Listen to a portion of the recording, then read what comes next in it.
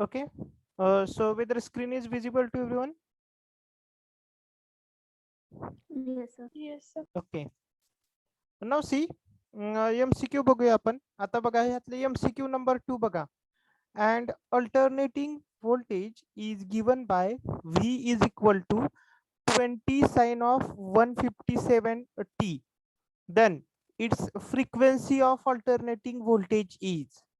कसं काढणार? How we can find out the frequency? Omega is equal to 2 pi f. F, correct. Omega is equal to 2 pi f ठेवणार, बरोबर आहे का? You are going to put omega is equal to 2 pi f. Okay. आता इथं ओमेगाची value किती दिली? What is the value of omega here? 157. आणि त्याच्यावरून काय करणार? 2 into pi f काढायचं आपल्याला. That is nothing but the f. So from this find out the value of frequency. किती ते फ्रिक्वेन्सीची value? 25 hertz. 25. Correct. That is nothing but the 25 hertz. कळलं का सगळ्यांना? Okay. Now see another MCQ is there. And you can, these are the old syllabus we have assigned frequency. हा, असे भरपूर MCQ येतात बघा. ओके. MCQ number 8 बघा. And alternating voltage is given by V is equal to 100 sine of 214 t. Its average value is. कसं find out करणार आहे average value? 6. 0.7. Average हा. value What is the V formula? max 637 0.637 into Vm. V max, correct. 0.637 into V max. आता इथं V V max max या equation मध्ये V max ची value किती आहे? What will be the value of V max in this equation? 100. 100. Correct. 100 hertz. म्हणजे 100. हो, एकाने सांगा असं हे म्हणजे असं काही इको आल्यासारखं येतोय. V is equal to 100 sine of 214 t. बरोबर आहे. ह्याला काय करायचं? We have to compare with this standard equation. ह्याला स्टँडर्ड इक्वेशन बरोबर कम्पेअर करायचंय. What is our standard equation? V is equal Vm sine of omega. मग ह्याच्यावरून आपल्याला कशाची व्हॅल्यू मिळणार आहे? We are getting the maximum value. So what is the maximum value? 100. Okay. आणि त्याला जर तुम्ही 0.637 नी मल्टिप्लाय केलं तर you will get this value. Okay. आता इथं 62.7 झालं. ऍक्च्युली 0.63 पाहिजे होतं, म्हणजे 63.7 पाहिजे होतं. ओके. नेक्स्ट सेम ह्याच्यासारखंच MCQ आहे बघा. MCQ number 11. What they have given? And alternating voltage is given by V is equal to 200 sine of 214 t. Its RMS value will be. कुठला फॉर्म्युला यूज करणार आता RMS व्हॅल्यू साठी? हा, which formula you are going to use for RMS value? Vm is equal to 0.70 into Vmax. correct. Vrms is equal to 0.707 into Vmax. So what will be the value of Vmax? Vmax ची value किती इथं? That is nothing but 200. And त्याच्यानंतर किती येते value? 141.4. 1.4. Correct. 141.4. Okay. म्हणजे असं नाहीये की अशाच टाइपचे MCQ असतात. ओके. आता काय काय वेळेस तुम्हाला सांगतो, असं पण MCQ दिले जाऊ शकते की म्हणजे V is equal to 100 sine of, बघा इकडं साइन ऑफ काय, suppose 214t plus pi by 6. 214t plus pi by 6. मग आता तुम्ही म्हणणार का हे स्टँडर्ड ह्याच्यात नाहीये असं म्हणणार का तुम्ही? स्टँडर्ड फॉर्मॅट मध्ये नाहीये त्याला असं म्हणणार का तुम्ही? Weather you have gone like this one, असं म्हणणार आहे का तुम्ही? तसं नाही. इथं फक्त त्यांनी एक्स्ट्रा ऍड काय केलेलं आहे? फक्त फेज डिफरन्स ऍड केलेला आहे. असं वेगळं काय केलेलं नाहीये. आपण जर स्टँडर्ड इक्वेशन बघितलं, V is equal to Vm sine of omega T, बरोबर आहे. असं पण लिहू शकतो मी V is equal to sine of omega t plus 0 degree, असं पण लिहू शकतो, बरोबर आहे का? त्यामुळे जरी असं इक्वेशन आलं तरी पण ह्याला स्टँडर्ड इक्वेशन करताना ही जी व्हॅल्यू आहे ती काय असणार आहे, that will be always a maximum value. Okay, सगळ्यांनी लक्षात ठेवा. नाहीतर हे असं परत काही फेज डिफरन्स दिल्यावर तुम्ही असं म्हणणार की हे स्टँडर्ड इक्वेशनला कम्पेअर होत नाही, हे असं काही नाहीये. ओके, घेताना त्याला ती जी पहिली व्हॅल्यू दिलेली आहे that is always a maximum value. Okay, आता हे पण इम्पॉर्टंट एमसीक्यू आहे, बऱ्याचशा वेळा आलेले एमसीक्यू आहे बघा. RMS value of sinusoidal varying current is that of its average value. Okay, More than. कशी असते RMS व्हॅल्यू, मोर असती का लेस असती? बघा आता आपण एक एक्झाम्पलच घेऊन ते व्हेरीफाय करूया. ओके, मी एक करंटचं स्टँडर्ड इक्वेशन देतो.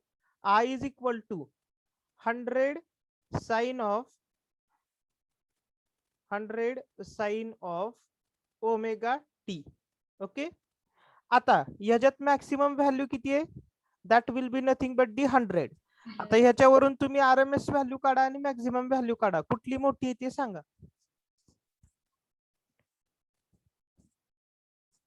हा, RMS व्हॅल्यू आणि RMS average value. Value, which value is RMS bigger? is more. RMS is more.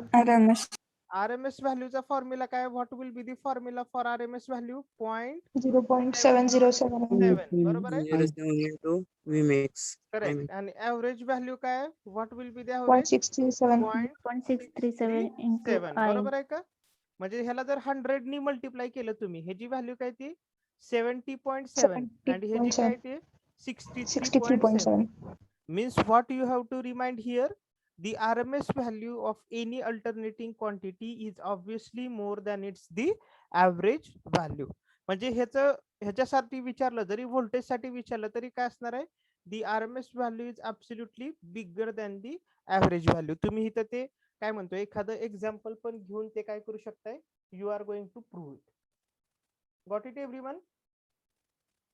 Yes. त्यामुळे लक्षात ठेवा, कारण हे बऱ्याचशा वेळा म्हणजे जसं मी शिकवतोय तसं प्रत्येक एक्झाम मध्ये हे एमसीक्यू ह्या वेळेस नाही तर पुढच्या वेळेसच्या एक्झाम मध्ये असतंच. दी RMS value of any alternating quantity is dash dash that of its average value. It is more than it's average value. Okay,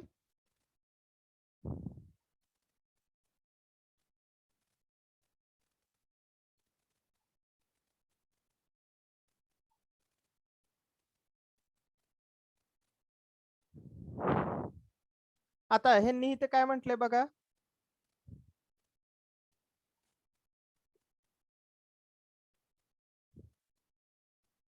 हा कुठे गेलं ते एमसीक्यू मगाशी बघितलेलं मी. हा बघा काय म्हटलंय, if sinusoidal wave has the frequency of 50 hertz with 15 ampere RMS value, which of the following equation represents this wave. Okay, आता याच्यावरून आपलं स्टँडर्ड इक्वेशन काय आहे, म्हणजे त्यांनी काय दिलेलं आहे बघा इथं, what they have given here, frequency दिलेली आहे आणि RMS व्हॅल्यू दिलेली आहे, बरोबर आहे का? Maximum value. हा, मग आपल्याला कुठली व्हॅल्यू पाहिजे, स्टँडर्ड इक्वेशन मध्ये आपल्याला कुठली व्हॅल्यू पाहिजे असते? Maximum value Maximum. आणि करेक्ट. moment. म्हणजे आता आपल्याला काय काढायचंय, what we have to find out, या RMS Maximum. व्हॅल्यू वरनं मॅक्झिमम व्हॅल्यू फाइंड आउट करायची. आपण दरवेळेस काय करत होतो, RMS मॅक्झिमम व्हॅल्यू दिलेली असती त्यावेळेस आपण काय करत होतो, we are going to find out the maximum value. पण इथं आपल्याला काय करायचं आहे, RMS व्हॅल्यू वरनं मॅक्झिमम व्हॅल्यू फाइंड आउट करायची. म्हणजे काय, IRMS इज इक्वल टू काय 0.707 इंटू IM. आता इथं तुम्हाला IM ची RMS व्हॅल्यू दिलेली आहे 15, that is equal to 0.707 IM. आता याच्यावरून तुम्ही मॅक्झिमम व्हॅल्यू फाइंड आउट करू शकता, किती त्या मॅक्झिमम व्हॅल्यू 21.21. 21.21. 21.21. म्हणजे असं असणारं एकच इक्वेशन आहे, कुठलं, दॅट इज इक्वेशन डी. म्हणजे माझं स्टँडर्ड इक्वेशन काय असणार आहे, I is equal to IM sine of omega T, बरोबर आहे. तर IM मॅक्झिमम व्हॅल्यू आपण काढलेली आहे, किती ते 21.21 साइन ऑफ ओमेगा. आता सगळीकडे 214T दिलेला आहे, त्यामुळे ओमेगा असा वेगळा काढायची काही गरज नाही. That is nothing but the 214T. कळलंय का सगळ्यांना?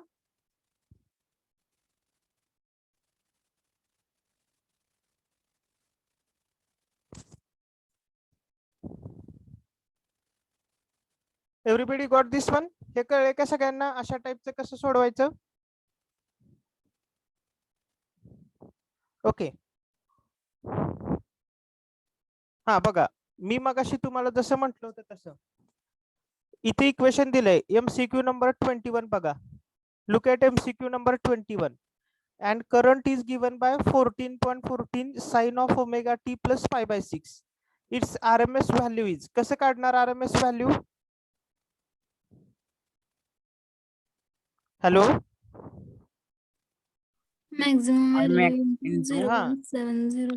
करेक्ट. पण इथं आता असं नाही समजायचं की तुम्ही हे पाय बाय 6 दिले म्हणजे हे वेगळं असं काहीतरी दिलेलं आहे आणि मग आता कसं काढायचं असं त्याला काय अज्युम करायचं हे नाहीये. बरोबर आहे का? तिथे आपल्याला मॅक्झिमम व्हॅल्यू त्या करंटची माहिती आहे, त्याच्यावरून आपण RMS value easily find out करू शकतो. ओके.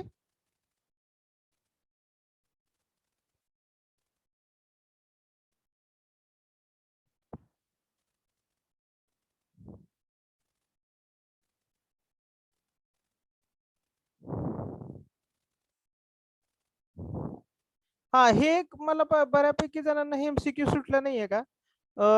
35 MCQ बघा. If sine wave has the frequency of 50 Hz, then angular frequency in radian per second. कसं फाइंड आउट करणार angular frequency? 2.5. करेक्ट. आपला फॉर्म्युला काय? अँग्युलर व्हेलॉसिटी, अँग्युलर फ्रिक्वेन्सीचा, किंवा तुम्ही काय म्हणू शकता? It is given by omega is equal to 2 pi F. Simple आहे. Just a minute.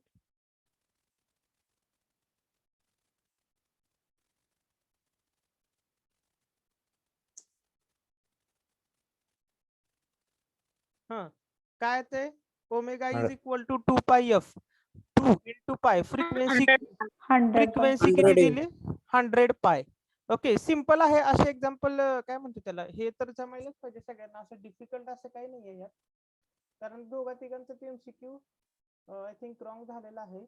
हे MCQ मी आय थिंक ह्याला टाकलं होतं, कशाला टेस्टला टाकलं होतं.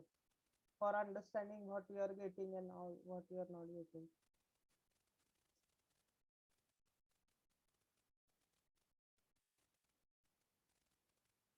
ओके.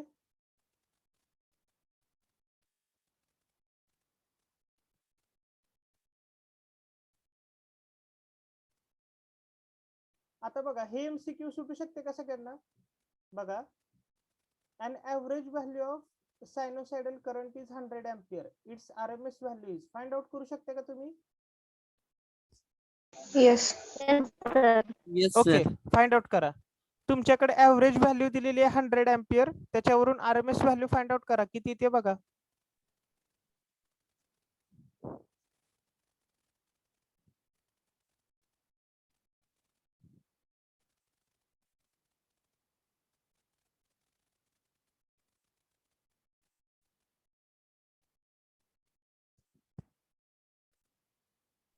Option D. डी येते का?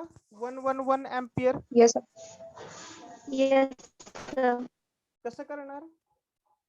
How you are going to? Form factor.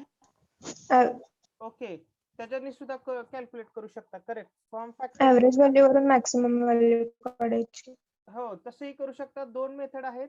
काय काय जण त्या फॉर्म फॅक्टरचा डायरेक्ट फॉर्म्युला यूज करू शकतील. ओके, किंवा बघा, पहिल्यांदा तुम्हाला कुठली व्हॅल्यू दिलेली आहे?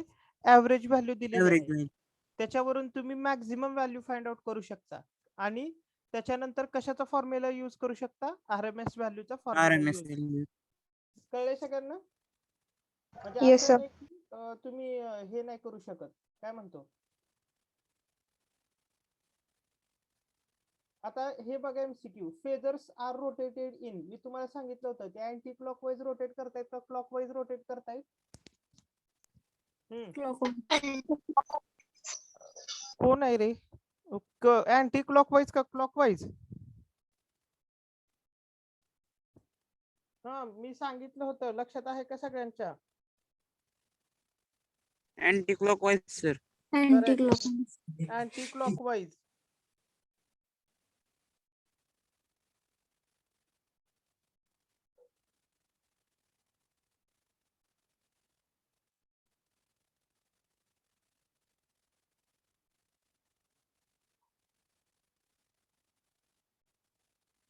Just a minute.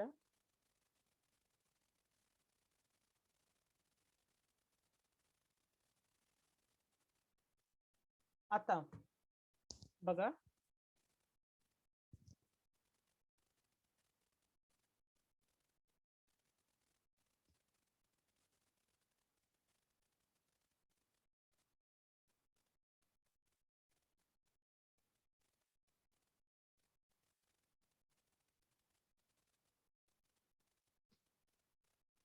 these are the some old syllabus MCQ.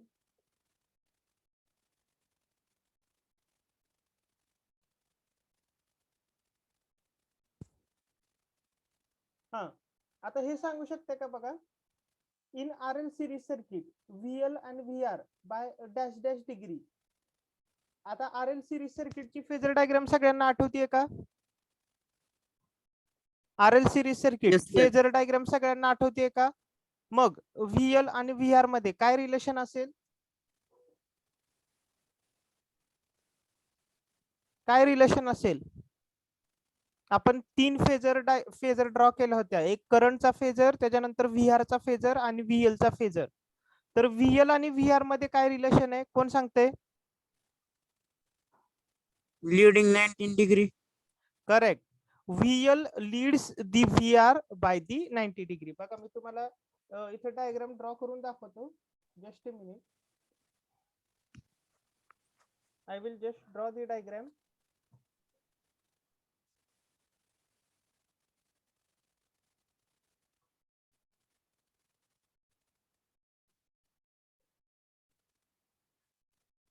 हा कसं आहे बघा, हा पहिला कशाचा फेजर होता?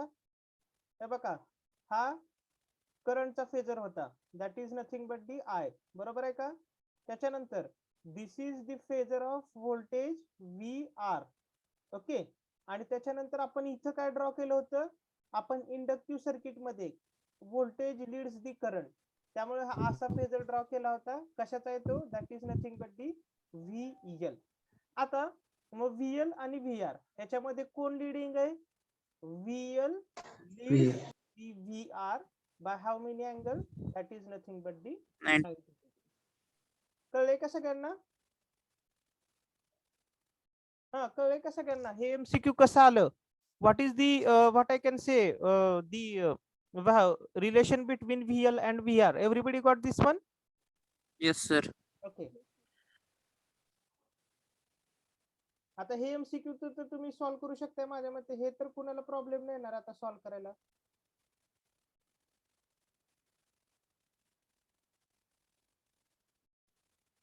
बघा, हा हे करू शकता का solve? MCQ number 66. In RL series circuit, if R is equal to 10 ohm and XL is equal to 10 ohm, the phase angle between applied voltage and circuit. करू शकता का?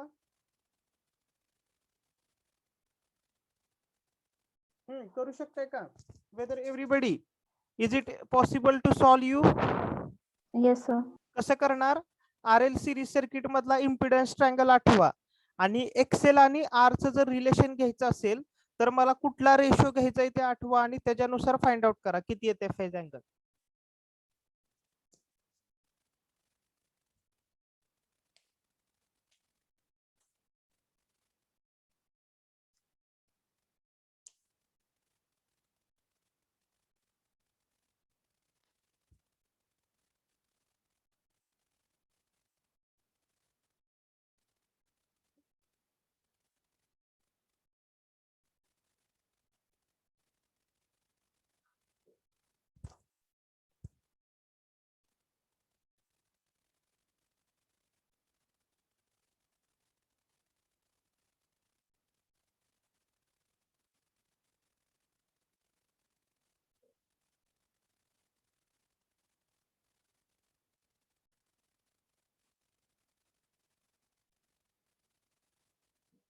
45 डिग्री. 45 डिग्री येतोय का सगळ्यांचा?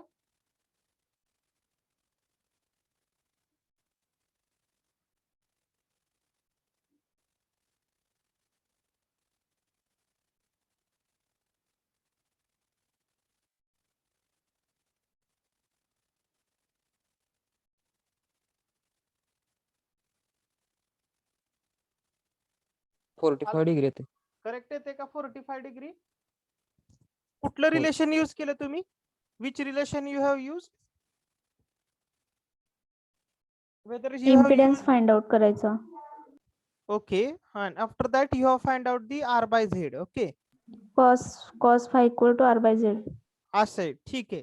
अजून तुम्ही इम्पिडन्स ट्रायंगल मधलं direct कुठलं रिलेशन यूज करू शकत होता? एवढं डिफिकल्ट जाण्यापेक्षा कुठलं रिलेशन यूज करू शकत होता इम्पिडन्स ट्रायंगल आर एल मधलं? टॅन फाय ची व्हॅल्यू काय ती इम्पिडन्स ट्रायंगल मधली? कोण सांगते का? What will be the value of tan phi in the impedance triangle of R L series circuit? XL by R. XL by R. XL ची value 10 आहे, आर ची व्हॅल्यू 10 आहे. Tan phi you will get as the 1. Okay, आणि tan 1 कधी असते सगळ्यांना माहिती आहे. Phi is equal to tan inverse 1 केल्यावर you will get I think 45 degree. Okay, म्हणजे असं नाहीये सगळेजण बऱ्याचशा वेळी काय म्हणतो त्याला एमसीक्यू सॉल्व्ह करू शकतात. असं नाही की काय म्हणतो त्याला हे सॉल्व्ह नाही काय म्हणतो ज्याची त्याची विचार करण्याची स्टाईल डिफरन्स आहे की प्रत्येकाने असं सॉल्व्ह केलं पाहिजे असं काही नाही. ओके, हा हे एक एमसीक्यू बघा. एमसीक्यू नंबर 62 सगळ्यांनी बघा. ऍक्च्युली हे प्रिव्हियसली सिलेबस मध्ये होतं पण आता पण विचारतील. I don't know. In R L series circuit the frequency, तुम्हाला रेझोनन्स फ्रिक्वेन्सी म्हणजे काय माहिती का? Have you got the idea about the resonance frequency? Okay, so see here, I will tell you what is the resonant frequency. Whenever your inductive reactance which is equal to capacitive reactance, sir voice break होतोय. Sir आवाज break होतोय. whenever your inductive reactance equal to the capacitive reactance, at that time whatever the frequency occur is there, that is called as the resonant frequency. सगळ्यांना कळले का what is the meaning of resonant frequency? Whenever your inductive reactance which is equal to the capacitive reactance, okay, at that time whatever the value of your frequency is there, that is nothing but the resonant frequency. Got it everyone? Everyone got it this one? What is the resonant frequency? Yes sir. Okay, आता मला काय करायचंय या resonant फ्रिक्वेन्सीचा formula find out करायचंय. बघा कसा find out करायचं मी सांगतो तुम्हाला. आता एक्सेल ची व्हॅल्यू काय? What will be the value of XL? 2 pi f into l. F into L. Correct. त्याच्यानंतर एक्सी ची व्हॅल्यू काय? What will be the value of XC? 1 1 upon upon 2 pi f c. 2 pi after that F into C. Okay, 2 pi F C. मला कशाची value काढायची? I have to find out the value of this F.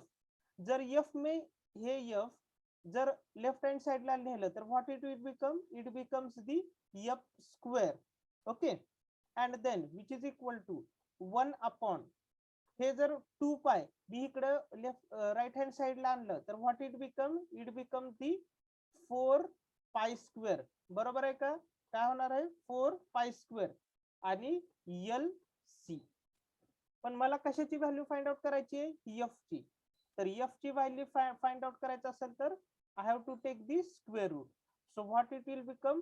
1 upon 4 pi स्क्वेअरचं square root काय येणार आहे? That is nothing but the 2 pi. Okay, आणि L C it will remain under the square root, that is L into C. So what will be the value of your resonant frequency? Resonant frequency is given by f is equal to 2 pi under root LC. सगळ्यांनी हा formula लिहून घ्या आणि हा formula कसा आला ते पण लिहून घ्या. ओके, तुमच्या काय म्हणतो आपण नोटबुक मध्ये वरच्या साईडला लिहून घ्या. रेझोनंट फ्रिक्वेन्सी कधी ऑकर होते आणि त्याचा फॉर्म्युला काय आहे 1/2 पाय √LC.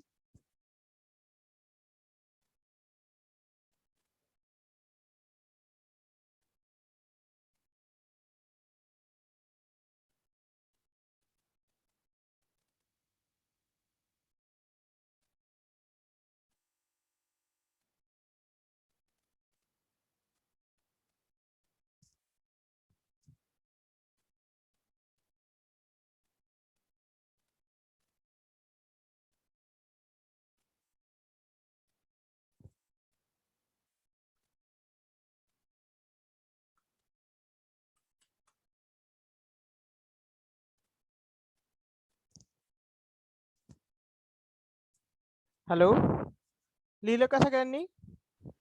Yes sir. Yes sir. Okay. Hello sir. हा येस. 68 कसं सॉल्व्ह करायचं sir? 68. That I will tell you in the next chapter. Okay. Such a type of question will appear into the next chapter. जो आपण chapter number 4 बघणार आहे त्यावेळेस ह्याला कसला फॉर्म म्हणायचं, याचा इम्पिडन्स कसा काढायचा, त्याच्यानंतर काय म्हणतो त्याला, याचं हे कसं फाइंड आउट करायचं, व्हॅल्यू कसं फाइंड आउट करायचं, that we are going to see in to the next chapter. Okay, actually what happens previously, this chapter was combined and this chapter name was AC circuit. In that polyphase as well as the single phase AC circuit was there. Okay, but now in new syllabus what they have did, they have separated the single phase AC circuit as a separate chapter and polyphase AC circuit as the separate chapter. Okay, so in accordingly we will learn what is that. म्हणजे तुम्हाला ह्यात तसे बरेचसे MCQ दिसतील, ते असं 0.1 + J.8 आलेलं. Okay, त्याला कुठला फॉर्म म्हणायचं, ते कॅल्सीवर त्याचे व्हॅल्यू कशा फाइंड आउट करायचं, that we will learn in to the next chapter, that is nothing but the chapter number 4 polyphase circuit. Okay.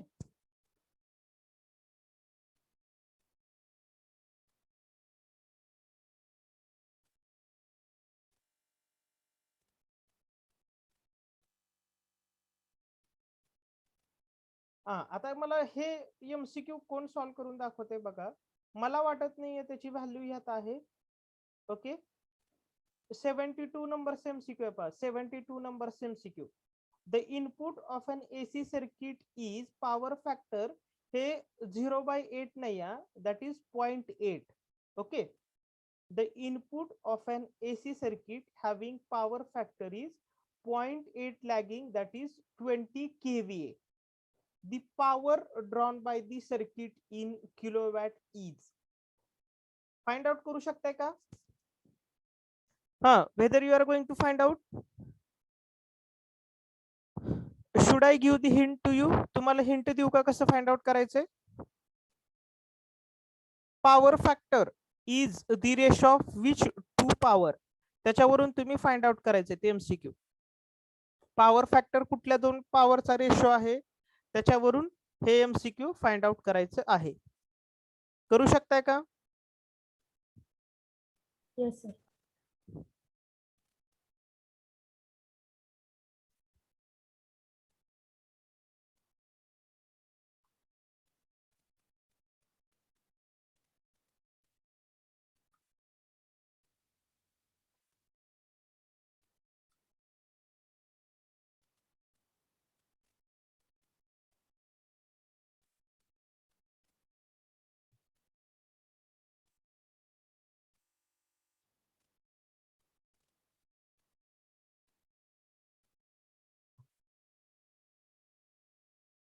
Sixteen येते का? 16 येते. कसं फाइंड आउट केलं सांगा सगळ्यांनी, कोणीतरी एकाने सांगा कसं फाइंड आउट केलं.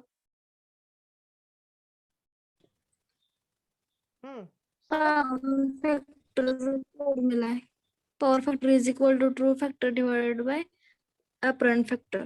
Power. फॅक्टर नाही, true power divided by apparent power. Okay. आता त्याच्यानंतर काय केलं, ट्रू पॉवरची व्हॅल्यू किती दिलेली आहे? काढायची ट्रू पॉवर. ओके आपल्याला काढायचे बरोबर आहे ट्रू पॉवर आपल्याला काढायचे correct that is in kilowatt बर ऍपरंट पॉवरची व्हॅल्यू किती दिलेली आहे ऍपरंट पॉवरची व्हॅल्यू किती आहे आवाज येत नाहीये 20 किलो 20 तो रेशो काढल्यावर किती येते व्हॅल्यू दॅट इज 20 इंटू काय करायचं 0.8 बरोबर आहे का सगळ्यांना आलंय का लक्षात काही तर लिहून देऊ बघा इथं हा what is the cos phi कशाचा रेशो आहे cos phi is equal to हा what is that it is the ratio of V I cos phi बरोबर आहे इथं लिहिता येत नाहीये जरा V I divided by V into I this above वरच्या टर्मला तुम्ही काय म्हणता व्ही आय कॉस फायला that is the true power and V I ला काय म्हणताय that is nothing but the apparent power आता तुम्हाला कशाची व्हॅल्यू दिलेली आहे कॉस फायची व्हॅल्यू दिलेली आहे 0.8 बरोबर आहे का त्याच्यानंतर अजून कशाची व्हॅल्यू दिलेली आहे तुम्हाला दॅट इज इक्वल टू हा व्ही आय कॉस फाय आपल्याला काढायचे दॅट इज ट्रू पॉवर आपल्याला काढायची आहे आणि ऍपरंट पॉवरची व्हॅल्यू दिलेली आहे त्यामुळे तुमची व्हॅल्यू काय ते 20 ला जस्ट काय करायचं 0.8 ने मल्टिप्लाय केलं तर युअर व्हॅल्यू बिकम्स दी 16 सगळ्यांना आले का लक्षात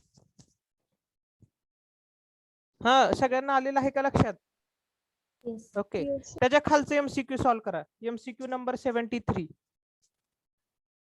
फेज अँगल काढायचंय आर ची व्हॅल्यू दिली आहे एक्सएल ची व्हॅल्यू दिली आहे एक्सी ची व्हॅल्यू दिली आहे फेज अँगल काढा आता find out the phase angle from this one किती फेज अँगल येते फाइंड आउट करा एमसीक्यू नंबर 73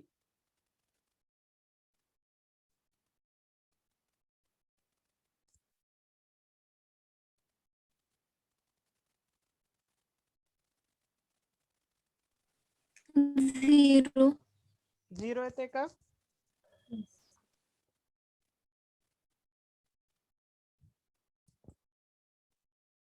काढले का सगळ्यांनी काढला का 0 येते सर ऍक्च्युली तुम्ही ते हे सुद्धा करायची काय काय म्हणते हे नव्हती कॅल्क्युलेशन पण तरी पण तुम्हाला माहित असावं म्हणून you have to find out 0 येते फॉर्म्युला कारण तुमची इथं झेड ची व्हॅल्यू किती येणार आहे what will be the value of your Z 100 cos phi कसं काढतो आपण आर बाय झेड म्हणजे काय येणार आहे 100 डिवायडेड बाय 100 1 1 कॉस 1 कधी आहे that is nothing but Zero. The 0 okay 0 म्हणजे तुम्ही एक शॉर्टकट सुद्धा इथे लक्षात ठेवू शकता की ज्या वेळेस एक्सेल आणि एक्सी म्हणजे इंडक्टिव्ह रिएक्टन्स आणि कॅपॅसिटिव्ह रिएक्टन्सच्या व्हॅल्यू सेम असतील ओके त्यावेळेस जनरली तुमचा फेज अँगल किती येतोय that is nothing but the 0 degree कळले का सगळ्यांना everybody got this one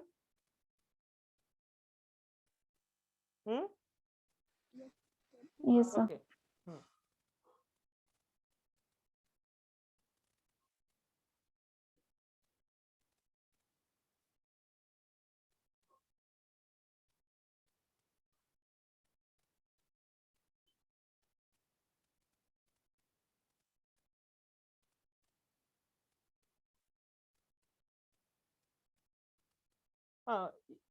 MCQ number 81 solve करा काय म्हणलंय series RLC circuit, the voltage across resistor, inductor, and capacitor is 40, 60, and 60 volt respectively. Then the applied voltage is. कसं find out करणार हे कोण सांगताय how we are going to find out आपण एकदम स्टार्टिंगला एक फॉर्म्युला बघितला बघा V is equal to I Z ज्यावेळेस आपण यूज करत होतो त्यावेळेस एक फॉर्म्युला बघितला काय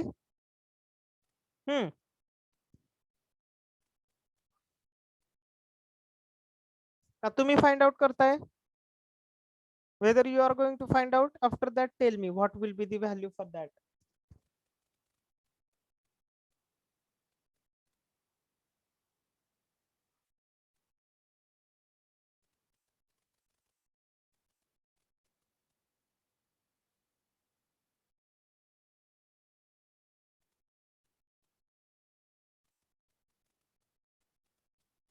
किती आली व्हॅल्यू कुणाची आली का whether someone got that value?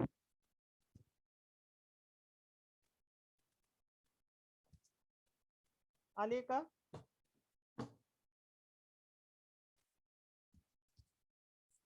अरे कॅल्क्युलेशन करावं लागतं ह्याला. Whether it is necessary to do the calculation for this? Okay, but after calculation you tell that value. What will be the value for that?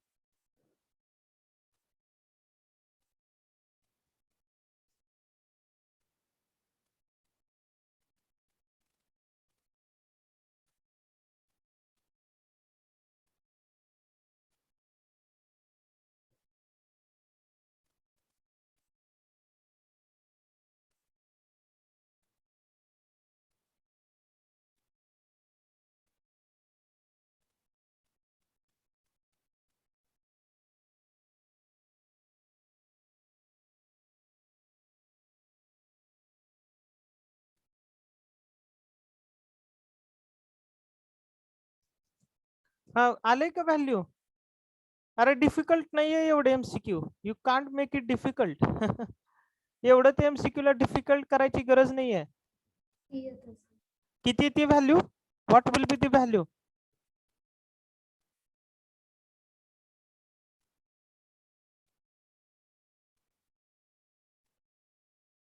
अरे कुणाचीच आली नाहीये का? No one got that value?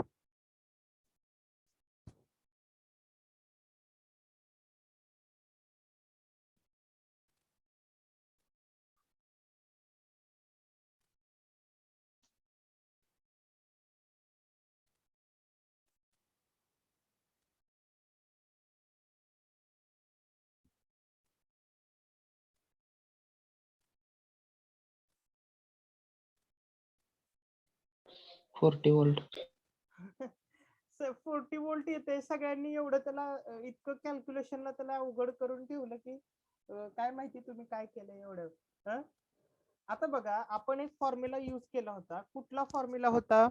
V is equal to under root VR square square plus plus काय VC minus VL करा किंवा VL minus VC करा. दोन्हीच्या पण व्हॅल्यू किती दिलेल्या आहेत? 60. जर 60 मधून 60 मायनस झालं तर ती पुढची टर्म काय होणार आहे? झिरोच होणार आहे. म्हणजे फक्त काय होणार आहे? 40 म्हणजे स्क्वेअर रूट मध्ये काय येणार आहे? फक्त 40 चा स्क्वेअर.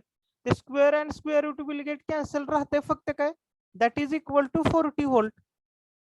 कळलंय का सगळ्यांना? Everybody got this? How we are getting this value as the 40 volt? It is not that much difficult. एवढं असं काही डिफिकल्ट नाही येते. म्हणजे असं तुम्ही एवढ्या एमसीक्यू ला जास्त वेळ घालवू नका. जर अशा एमसीक्यू ला जास्त वेळ घालवताला नाही we are going to suffer. म्हणजे ऑब्विसली आन्सर तुम्हाला येणार आहे. आन्सर येणार नाही असं नाही. बट इतकं सोपं असताना त्याला कॉम्प्लिकेटेड करू नका.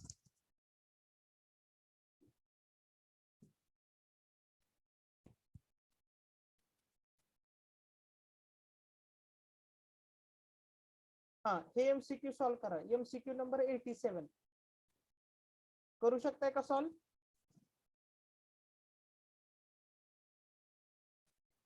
हॅलो, एमसीक्यू नंबर 87 सॉल्व करू शकताय का?